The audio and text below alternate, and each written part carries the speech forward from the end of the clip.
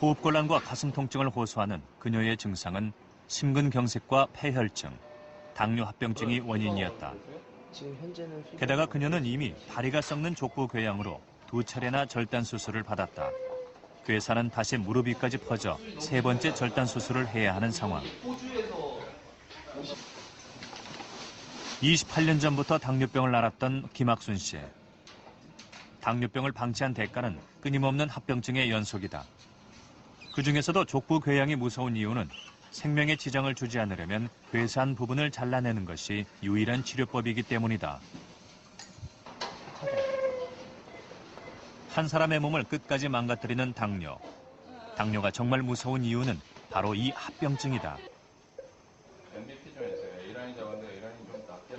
하지만 김학순 씨의 경우도 다리를 절단하기 전까지는 작은 상처에 불과했다. 하지만 당뇨병이 있는 경우 혈관에 장애가 생기면서 작은 상처도 단기간에 심각한 족부궤양으로 발전한다. 당뇨병 환자들을 우리가 살펴보게 되면 60에서 70% 이상이 복부 비만을 갖고 있습니다. 다시 말해서 내장 지방을 갖고 있다는 것이죠. 내장 지방은 인슐린 저항성을 일으키게 됩니다. 내장 지방에서 나오는 유리지방산 같은 물질들은 인슐린 저항성을 일으켜서 당뇨병을 일으키는 주범이 됩니다. 뱃속에 쌓인 내장 지방은 쉽게 분해되는데 그 결과 많은 양의 유리지방산이 혈액 속으로 유입된다. 유리지방산은 인슐린의 작용을 방해해 포도당이 세포 속으로 들어가는 것을 막는다. 포도당이 세포 안으로 제대로 들어가지 못하면 혈액 속에 포도당이 넘치게 되고 그 결과 혈당이 올라가게 되는 것이다. 당뇨합병증은 우리 몸 곳곳에서 발병하는데요. 머리에서는 뇌혈관이 막히거나 터지는 뇌졸중이, 눈에서는 당뇨 망막병증이 발병할 수 있습니다. 혈관이 손상을 받게 되면 심근경색으로 생명이 위태로워질 수 있고 또 만성 신부전증이 발병하면 평생 투석을 받아야 합니다. 당뇨합병증은 발에도 생길 수 있습니다. 족부 궤양이 심할 경우 당뇨 환자들은 다리를 절단하는 고통을 겪기도 합니다. 당뇨합병증은 심각한 사회적 비용으로 이어진다. 당뇨병의 총 의료비는 지난 96년에 비해 2005년 8배가량 급증했다. 온몸을 위협하는 당뇨합병증. 그것은 언제 터질지 모르는 시한폭탄과도 같다. 비만일 경우 당뇨에 걸릴 위험성이 높아지는 이유는 뭘까? 비만이 되면 혈액 속에 지방산이 많이 나오게 된다. 혈당을 낮춰주는 인슐린은 제대로 나오지만 과다 분비된 지방산이 인슐린의 작용을 억제하고 그 결과 인슐린 저항성이 생겨 혈액 속에는 포도당이 넘쳐나면서 당뇨가 되는 것이다. 우리 몸에 들어온 음식물은 위에서 소화돼 포도당 형태로 변한다. 위에서 신호를 받은 췌장은 포도당을 각 세포로 안내하기 위해 인슐린이라는 호르몬을 분비한다. 하지만 베타세포가 손상되면 인슐린이 적게 만들어지거나 부실해지는데 그 결과 포도당이 세포 속으로 들어가지 못하고 혈액 속에 넘치게 돼 당뇨병이 생기는 것이다. 비만한 환자들은 아디포넥틴이 적게 나오기 때문에 인슐린 저항성이 올라가고 또 여러 가지 동맥경화라든지 혈관의 합병증이 올 수 있게 됩니다. 네, 그래서 우리가 이제 당뇨라는 증상은 탄수화물을 많이 먹어서 생긴다라고 생각하시는 분들이 되게 많으신데 내가 정상적으로 식사를 하더라도 내가 현재 내장 지방을 가지고 있다면 내가 먹는 음식이 이제 우리 몸에서 이제 당을 먹게 되면 우리가 이제 탄수화물을 먹게 되면 우리 몸에서 혈당이 올라가잖아요. 혈액이 설탕물처럼 끈적끈적해지면 우리 몸이 곳곳에 가지를 못하겠죠. 그러면 우리가 오늘 케이크를 먹었는데 내일 발이 썩으면 안 되잖아요. 그렇기 때문에 우리 몸에서는 인슐린이라는 호르몬이 나와줘요. 그래서 이 혈당을 세포 속으로 안내하는 역할을 해요. 그래서 우리 세포는 당을 받아들여서 생활을 해야 되거든요. 그래서 세포한테 당을 전달해주는 역할을 하는데 인슐린이 제대로 당을 세포에다 전달해 주려고 하는데 그 과정에서 내장지방에서 쪼개져 나온 이 유리지방산이 이걸 방해를 하는 거예요. 그래서 인슐린은 정상적으로 췌장에서 나오지만 인슐린이 일을 못하는 거예요. 그래서 인슐린이 일을 못하기 때문에 그래서 이제 당뇨가 생기는 거라서 사실 내장지방을 가지고 있는 분들은 아무래도 다른 분들보다는 훨씬 더 당뇨가 생기기가 쉽겠죠. 그래서 제가 당뇨 얘기하면서 다이어트 얘기를 많이 하는 게 일단은 우리 이제 인바디 측정을 하잖아요. 인바디 측정을 하면 이제 내장 지방 수치를 보통 이제 얘기를 하는데 저는 이제 5에서 7까지를 정상 범위라고 얘기를 해요. 5 미만은 조금 날씬하신 분이고요. 이제 7부터는 조금씩 신경을 쓰셔야 되는데 전 8 이상부터는 높다라고 말씀을 드리거든요. 근데 되게 날씬하신데도 내장 지방 수치가 11 정도가 나오시는 분들도 계세요. 보기에는 날씬해 보이지만 내장 지방이 그렇게 높다라는 건 결국에는 당뇨가 생길 확률이 높다라는 거겠죠. 그래서 아까 인슐린이 혈액에 있는 포도당을 세포 속으로 들어갈 수 있도록 도와주는 건데 이 과정에서 크롬이랑 아연이 도와주는 역할을 해요. 그래서 당을 하나를 넣을 걸 2개를 빨리빨리 세포 속으로 넣어주기 도와주기 때문에 혈당이 잘 떨어지겠죠. 그래서 아연이나 크롬 같은 미네랄도 부족해서 예전에 이제 당뇨이신 분들한테 뭐 식이섬유나 단백질이나 이렇게 말씀드릴 때도 더블엑스를 꼭 같이 설명을 해드린 게 크롬이나 아연 같은 미네랄도 필요하기 때문에 그런 거고요. 그 다음에 아까 당뇨병의 원인이 이제 가장 큰 게 내장지방이라고 그랬잖아요. 사실 저도 코로나 때 좀 살이 쪄가지고 내장지방 레벨이 11까지 올라갔었어요.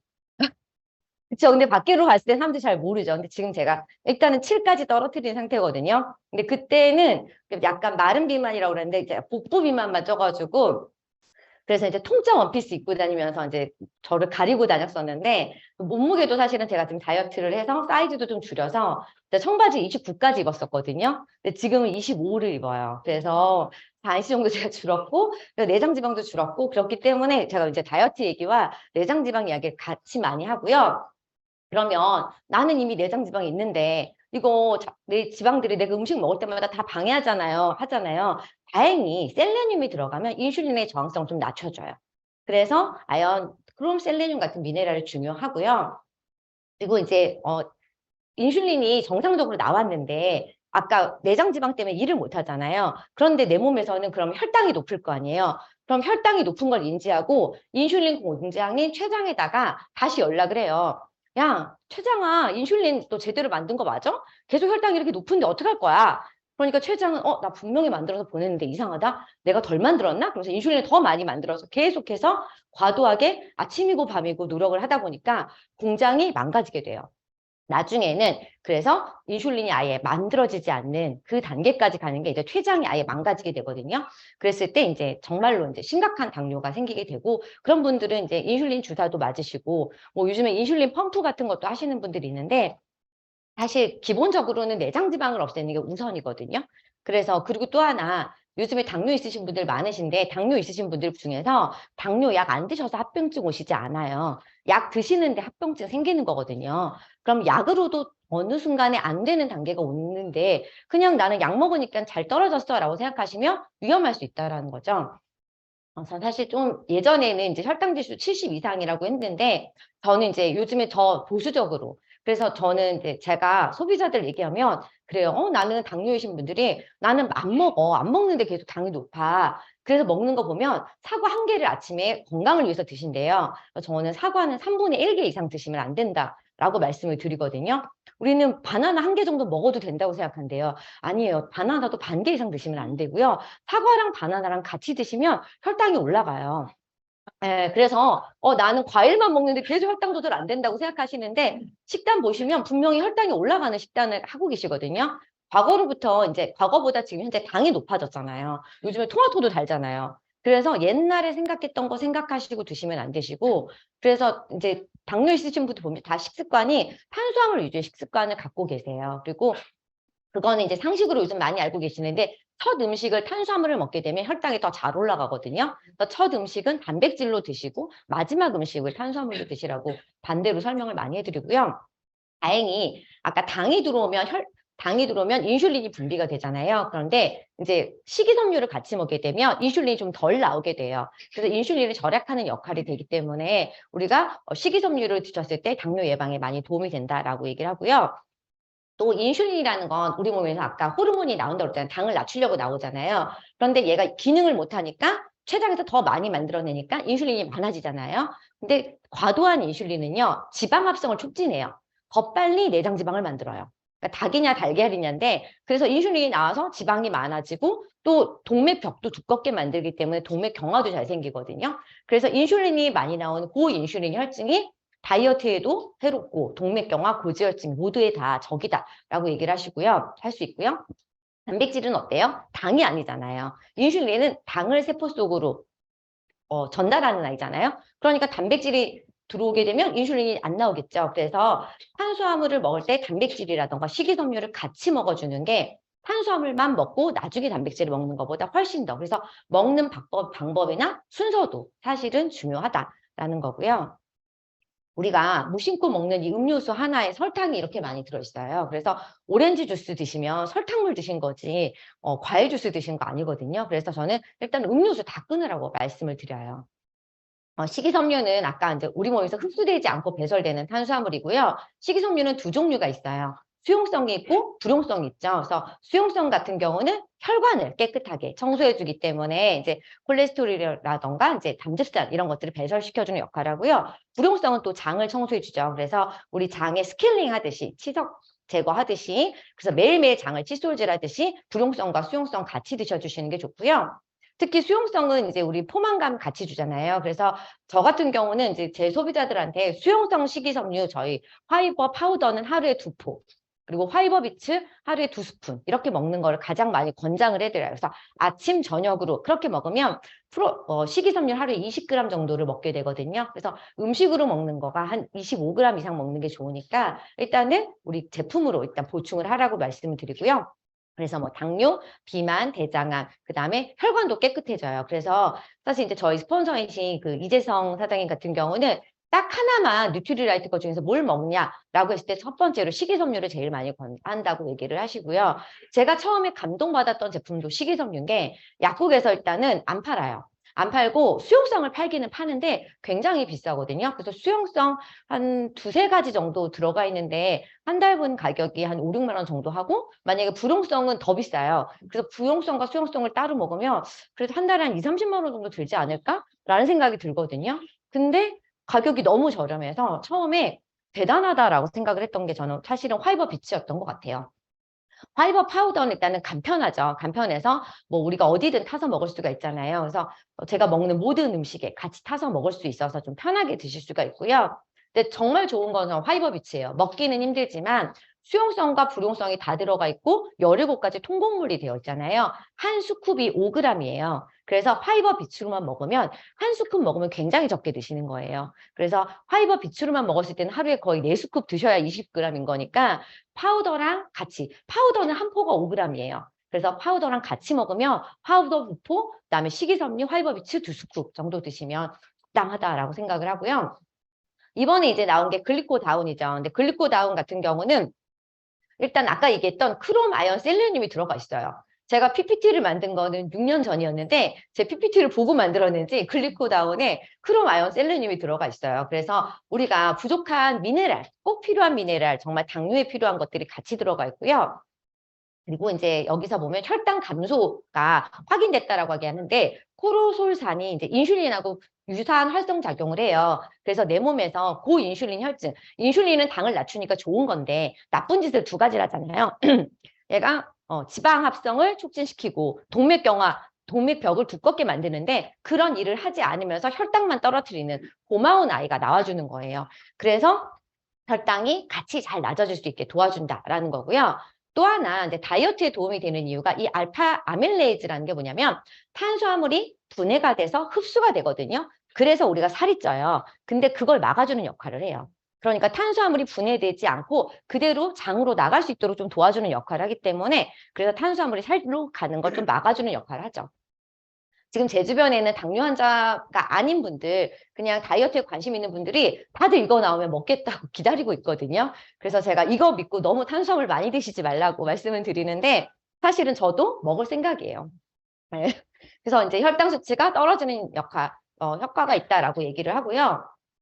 그래서 그리고 또 하나 이제 부원료로 들어가 있는 인시2 같은 경우는 식후에 혈당도 떨어지지만 인지 기능도 개선이 같이 돼서 우리가 이제 밥 먹고 나서 좀 나른하고 졸린 증상도 개선시킬 수 있다라는 거고, 그다음에 원료 성분이랑 구성이 이렇게 크롬, 아연, 셀레늄뿐만 아니라 비타민 B군과 비타민 E군이 같이 들어가 있어서 도움이 된다라는 거고요.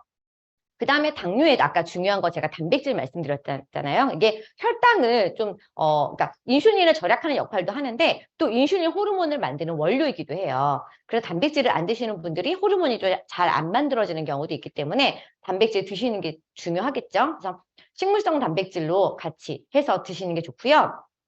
왜 식물성 먹어야 돼요? 동물성 먹으면 안 돼요? 라고 하는데 이 책은 무엇을 먹을 것인가 라고 해서 아마존에서 계속해서 베스트셀러 1위인 책이에요. 이 책에 보면 동물성 단백질이 우유 단백질을 사용해서 암이 발생률이 높아졌다라고 나오고요. 식물성 단백질도 우유 단백질과 같은 암 촉진 효과를 낼까? 답은 놀랍게도 아니오였다라고 되어 있어요. 그래서 식물성 단백질은 아무리 많이 먹어도 암을 촉진시키지 않았다라고 하고요.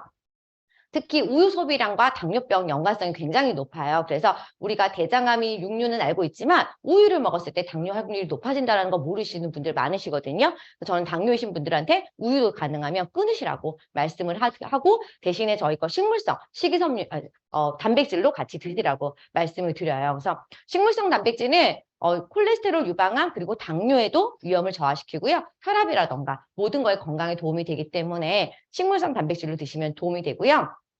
그 다음에 단백질 드시면서 같이 드시는 게 우리 항산화 영양소 같이 드시면 이제 도움이 되시겠죠. 제가 45분까지인데 지금 한 3분 정도 남아서 급하게 뒷부분을 훑어만 드릴게요. 비타민 미네랄이 다이어트에 우리가 도움이 돼서 에너지 대사에 도움이 되기 때문에 전 다이어트 하시는 분들은 꼭 드시는 거 더블엑스 꼭 드시라고 말씀을 드리고요. 더블엑스 관련된 거 자료 많이들 알고 계시죠. 그래서 이 20가지 야채 과일에서 당만 쏙 빼서 우리가 건강하게 먹을 수 있기 때문에 다이어트 하시는 분들한테 비만과 암, 살이 찌면은 당뇨도 생기지만 암의 발생할 확률도 훨씬 더 높아지거든요. 이거는 유튜브에서 비만과 암이라고 검색하시면 각종 암을 발생시키는 거 굉장히 많이 나와요. 그래서 우리가 이제 비만을 일으키는 비만균이 따로 있다고 하잖아요. 그런데 비만하지 않아도요, 실제로 저희 그 슬림핏 유산균 같은 경우는요, 콜레스테롤 수치를 좀 낮춰주는 역할을 해요. 그래서 내가 콜레스테롤 수치가 있는 분들한테 저는 또 이걸 드시라고 말씀을 드리거든요. 그래서 살만 빠지는 게 아니라 피도 깨끗해지는 게 사실은 저희 슬림핏 유산균이에요. 그래서 콜레스테롤 수치도 낮춰주기 때문에 저는 아침에 365를 먹고 저녁에 슬림핏을 먹고 다이어트를 했거든요. 그래서 제 소비자들한테도 똑같이 아침 저녁으로 먹으라고 말씀을 해드리고요. 그래서 체지방 지수가 감소될 수 있고요. 체지방률도 같이 감소될 수 있기 때문에 이거를 같이 드시는 게 도움이 되시겠죠. 그리고 우리 CLA랑 이제 요거는 이제 알고 계시니까 그냥 넘어갈게요. HCA 같이 들어가 있는 거 슬림팩도 당연히 다이어트에 도움이 되는 뱃살팩이기 때문에 요것도 도움이 되시니까 같이 드시고요. 키토산도 콜레스테롤 수치를 떨어뜨리면서 또 우리 몸에서 지방의 함량을 낮춰주기 때문에 다이어트에 도움이 되시고 포만감도 주는 역할을 해요. 그리고 이제 또 마지막으로 제가 가장 강조하는 게 시니트롤이거든요. 그래서 저는 아까 식이섬유 파우더를 아침 저녁으로 먹는다고 그랬잖아요. 그중에서 식이섬유 파우더 한 포, 시네트롤 한 포, 콜라겐 한 포. 3개를 물 500에다 타서 아침에 식사 대신으로 그걸 먹고 제 주변 분들한테도 그렇게 드시게 말씀을 해드려요. 그러면 살도 빠지고 피부도 탱탱해지고 피도 깨끗해지거든요. 그리고 당뇨 예방도 되기 때문에 그래서 가장 건강 주스라고 해서 요즘에 뭐 독일 PM 주스 드시는 분들이 거기 아미노산이 바로 우리 몸에 들어와서 뭐 효과가 좋다라고 하는데 저희 시네트롤에 아미노산 들어가 있고요. 콜라겐에도 들어가 있기 때문에 아침에 드시면 기운도 나고 머리도 되게 맑아지거든요. 그래서 아침에 이렇게 드시면 체지방 감소에 도움이 되시기 때문에 네. 그래서 당뇨만 하라고 했지만 저는 끈질기게 다이어트까지 했습니다. 그래서 다이어트에 관련된 영양소 캡처하시고요. 이거 해서 잘 챙겨 드시면서 당뇨도 챙기시고 건강해지시고 네, 살도 빼셨으면 좋겠습니다.